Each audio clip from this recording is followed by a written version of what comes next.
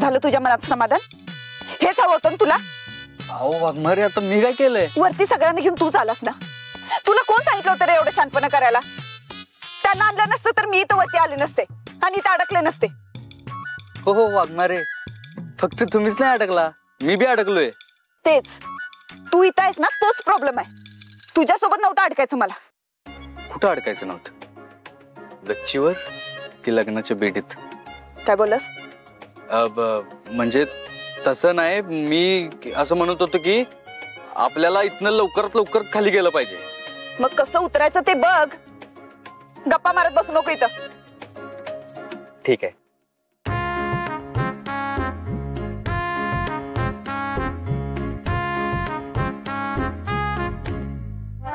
पडवळ, हा शिडी काय मुंबईत ना आणताय का?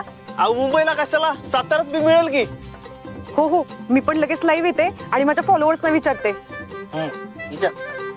हॅलो गाईज, सो आज आमच्या मॅडम वरती छतावर अडकल्यात. जो मला पटकन कोणी शिडी आणून देईल त्याला मी पटकन फॉलो बॅक देईल. Guys please please please DM me. अरे मेंटल, ते काय फॉलो केला म्हणून काय शिडी आणून देणार कोण तुला? जा ना पटकन जाऊन शिडी शोधा. भंडारे, तुमच्या घरी एक शिडी आहे ना? काय माहित, चला जाऊन बघूया. मग चला बघूया. पडवळ, तू कशाला धावपळ करत असतो र? जरा तुला काय निवांत कर ग, बस जरा शांत बस जरा. तू एक काम करू, आपण दोघं लूडो खेळूया. काय पडवळ, आता ह्याच्यावर लुडो खेळणार आहे का? अहो पप्पू शेठ, काय बसा, तुझी सगळे गप्प बसा, मीच जाऊन शिडी आणते आता. अहो भारती मावशी, हो तुम्ही जरा शांत बसा, वय झाले, जरा निवांत राहा की कशाला धावपळ करताय? निवांत राहा काय, त्या तिकडे अडकल्यात वर आणि मी निवांत राहू? अहो भारती मावशी, तिकडे फक्त तुमच्या मॅडम नाही अडकलेला, आमचा सत्य बी अडकलाय. जरा सिच्युएशन समजून घ्या ना तुम्ही, जरा स्पेस द्या ना थोडा वेळ.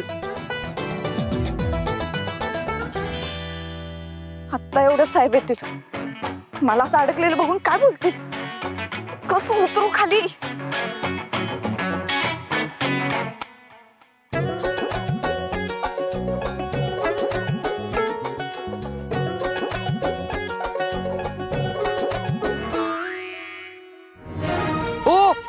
हो वाघमारे, अहो काय करताय?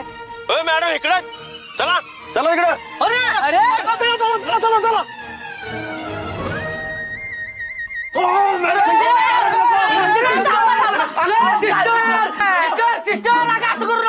सिस्टर इन्स्पेक्टर तू असं केल्यावर माझं कसं व्हायचं? प्लीज प्लीज असं करू नको, तुझ्या पाया पडतो. तू मिस्टरचा तर विचार करतो. मला फक्त खाली येऊ दे. खाली आले ना, सगळ्यात आधी तुझ्या गालावर कशी रांगोळी काढते बघ. बाती मावशी, आधी हा लाट टाका. हो मॅडम, टाकते लाट. हो पडवळ, बोला मॅडम. घेऊन जा लाट. पप्पू शेठ प्लीज. एक काम करा ना पडवळ, जेवायला घेऊन जा घरी आला. नाही भारती मावशी, नाही. तुम्हाला काय वाटलं मी माझा डाएट फिस कटवल का? अजिबात नाही. समोसा खायला गेलो म्हणून तुम्हाला तसं एक टन वाजवून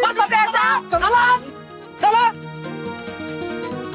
वाघमारे मॅडम, हे बघा, उगाच पॅनिक होऊ नका तुम्ही. अहो हे बघा, आपण उतरू की खाली? हे बघा, पण तुमची उडी चुकली ना तर पाय बी मोडल तुमचा, आणि मग 3 महिने घरात बसायला लागेल तुम्हाला. तू नको शिकवा मला.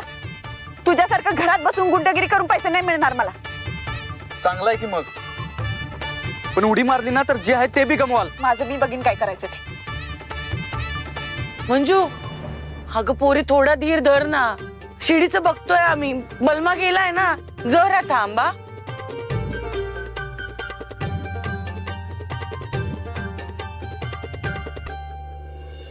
कर्तव्यदक्ष पोलीस अधिकारी मंजिरी वाघमारे यांनी पुन्हा एकदा आपल्यासमोर आदर्श ठेवलेला आहे.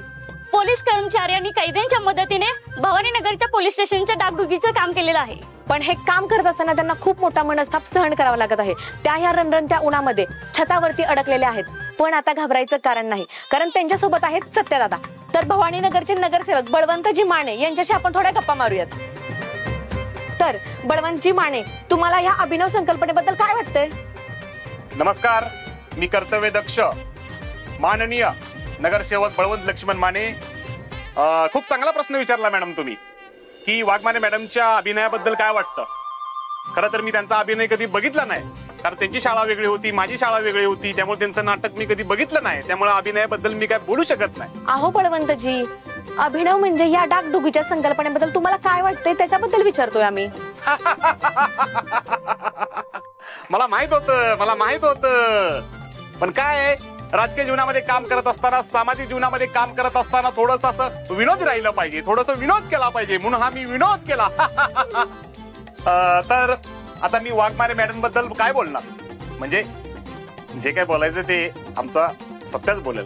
पण वाघमारे मॅडम पहिल्यापासून अशा धाडसी आहेत, कर्तव्यनिष्ठ अधिकारी आहेत. ते स्वतःला येऊ द्या इकडे, माझ्याकडे या इकडे. काय कुठे? नमस्कार. असं एक गाव नाही जिथं माझं नाव नाही. पप्पू शेठ. आधी मी पाकिटमार होतो, नंतर मला माझ्या सिस्टर इन्स्पेक्टरने चांगल्या मार्गाला मला आणलं आणि मी तिथून काम करत राहिलो. त्याच्यानंतर मी एका उंच पातळीवर, उंच टोकावर पोहोचलो आणि आता मी वाळू, खडी, वीट याचा मोठा व्यापारी झालेलो आहे. आणि आता माझ्याकडं पैसा पाणी सगळं आहे. पण खंत एकच आहे, अजून माझं लग्न झालेलं नाही. कोण असेल तर बघा तेवढं. हो पप्पू शेठ, अहो ते पण सांगा ना, तुमच्यावर गुन्हे किती आहेत आणि तुम्हाला अटक का झाली ते? काय नाही, अटक बिटक नाही. नमस्कार. मस्त मी चांगले पैसे कमवतोय. मस्त तेवढं पुरीचं बघा. चला ओके, नमस्कार. तू का सारखा माझ्या वाटेत येतोस रे? त्या दिवशी गाडी बंद पडली, त्या दिवशी पण मला लिफ्ट मिळू दिली नाहीस. मला माहितीये तू सगळं मुद्दाम करतोस. तुला वाटत असेल हे असलं सगळं करून तुला माझ्या जवळ राहता येईल, माझं मन जिंकता येईल. पण एक लक्षात ठेव, हे असं अजिबात होऊ देणार नाही. तू माझ्या मनातनं कधीच उतरलास. अहो वाघमारे, पण तुम्हाला असं का वाटतं की मी हे सगळं मुद्दामच केलेस तू. आता कारण देऊ नकोस. तुझ्यामुळे नेहमी अडकायला होते मला. त्या दिवशी पण तुझ्यामुळे अडकले. तुझ्यामुळे मी त्या दिवशी गुंडांच्या तावडीत सापडले. अहो पण पकडलं की तुम्ही त्या गुंडांना? मी नाही, तू पकडलंस त्यात. आणि आता गप्प बस. खाली कसं उतरता येईल त्याचा विचार कर. साहेब येणार आहेत. मला असं अडकलेलं बघून काय बोलतील ते? काय वाटेल त्यांना? नुसता उभा आहे. मला खाली कसं जाता येईल त्याचा विचार तरी कर. तुझ्यामुळे बघ काय सहन करायला लागतंय. बस. अहो किती पिरपिर करताय हो. आता खाली उतरायचा विचार तवा करीना जेव्हा तुम्ही तुमच्या तोंडाचा पट्टा बंद कराल. काय तोंडाचा पट्टा? काय नाही, तसं नव्हतं म्हणायचं. मला म्हणायचं होतं की जरा बोलून काहीतरी मार्ग काढू की. मला इच्छाच नाही तुझ्यावर बोलायची. जाऊ दे, माझी मी जाते उडी मारून. ओ वाघमारे, हे बघा असं काय करू नका. माझ्यावर जो काही राग काढायचा तो नंतर काढा, पण आधी जरा स्वतःचा विचार करा. म्हणजे मॅडम, हो जरा धीर धरा ना. 5 मिनिटं काहीतरी आम्ही करतोय. जरा थांबा प्लीज. माननीय, ओ माननीय, जरा इकडे या. ओ माननीय, काय हो शिडीची तयारी करा ना. काहीतरी शिडी आणा ना कुठून. आणायची मावशी, जरा कड काढा की.